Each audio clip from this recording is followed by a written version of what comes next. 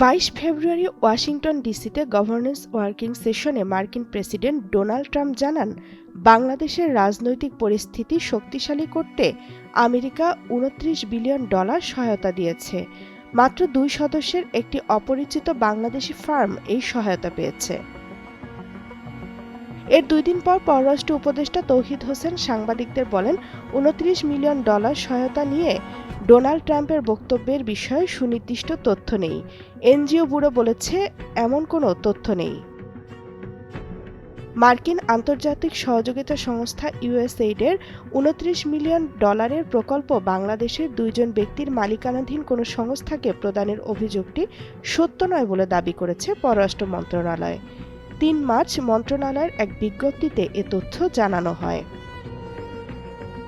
এতে বলা হয়, বাংলাদেশে ইউএসএআইডির অর্থায়নে $২৯ মিলিয়ন প্রকল্প straightening political landscape in Bangladesh শীর্ষক একটি প্রকল্প বাস্তবায়িত হয়েছে। সম্প্রতি মার্কিন প্রেসিডেন্ট ডোনাল্ড ট্রাম্প এ প্রকল্পটি নিয়ে কিছু তথ্য দিয়েছেন, যা জনমনে ব্যাপক বিভ্রান্তির সৃষ্টি হয়েছে। এ প্রেক্ষিতে বিষয়টি পররাষ্ট্র মন্ত্রণালয় অনুসন্ধান করেছে। অনুসন্ধান থেকে জানা গেছে, ২০১৭ সালের মার্চে চুক্তি স্বাক্ষরের পর ডেমোক্রেসি ইন্টারন্যাশনাল প্রকল্পটি বাস্তবায়ন শুরু করে। পরবর্তীতে প্রকল্পটির মেয়াদ বৃদ্ধি করা হয় এবং এর অর্থ আসে ধাপে ধাপে।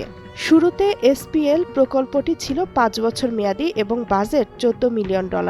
প্রকল্পটির ব্যবস্থাপনায় ছিল ইউএসএআইডি এবং অর্থায়নে ছিল ইউএসএআইডি ও যুক্তরাষ্ট্রের উন্নয়ন সহকারী প্রতিষ্ঠান ডিএফআইডি, বর্তমানে যেটি এফসিডিও নামে পরিচিত। এই প্রকল্পে ডিএফআইডির অর্থায়নের প্রতিশ্রুতি ছিল $১০ মিলিয়ন।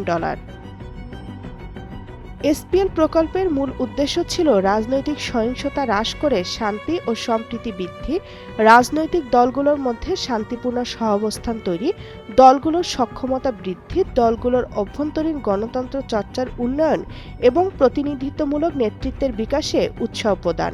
প্রকল্পের অধীনে ডিআই বাংলাদেশের জরিপ কার্যক্রম পরিচালনা করে। অনুসন্ধান থেকে দেখা যায় যে এ ধরনের প্রকল্প বাস্তবায়িত হয় বাংলাদেশ ও মার্কিন যুক্তরাষ্ট্রের দ্বিপাক্ষিক উন্নয়ন সহযোগিতা চুক্তির মাধ্যমে।